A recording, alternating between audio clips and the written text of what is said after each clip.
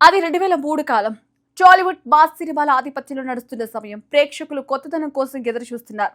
అలాంటి సమయంలో అల్లు కుటుంబం నుంచి వచ్చిన యువ హీరో అల్లు అర్జున్ తన ప్రయాణాన్ని ప్రారంభించాడు. అగ్ర నిర్మాత అల్లు అరవింద్ కుమారుడిగా కాకుండా తన సొంత గుర్తింపుతో ఎదగాలని నిర్ణయించుకున్నాడు.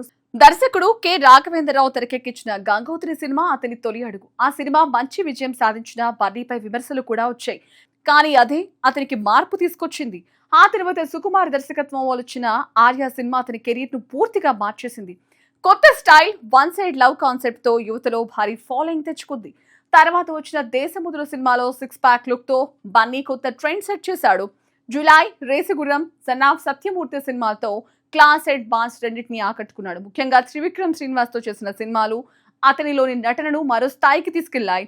రుద్రమదేవి సినిమాలో గోన గన్నారెడ్డి పాత్రలో కనిపించిన సరైనోడు సినిమాలో మాస్ అవతార్, డీజే సినిమాలో వేరియేషన్, ఇవన్నీ అతని వర్సిటాలిటీని చూపించాయి. అలా వైకుంఠపురంలో సినిమా ఫ్యామిలీ ఎంటర్టైన్మెంట్ గా రికార్డులు సృష్టించింది.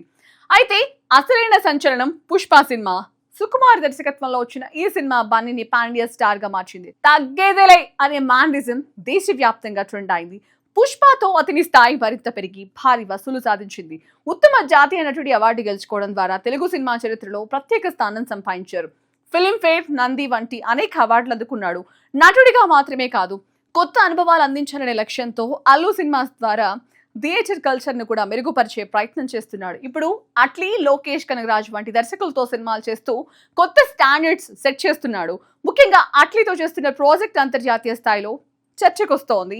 చిన్న వయసులో బాల నటుడిగా మొదలైన ఈ ప్రయాణం నేడు గ్లోబల్ స్థాయికి చేరుకుంది. కేరళలో మల్లు స్టార్ గా అభిమానాన్ని సంపాదించడం అతని ప్రత్యేకత.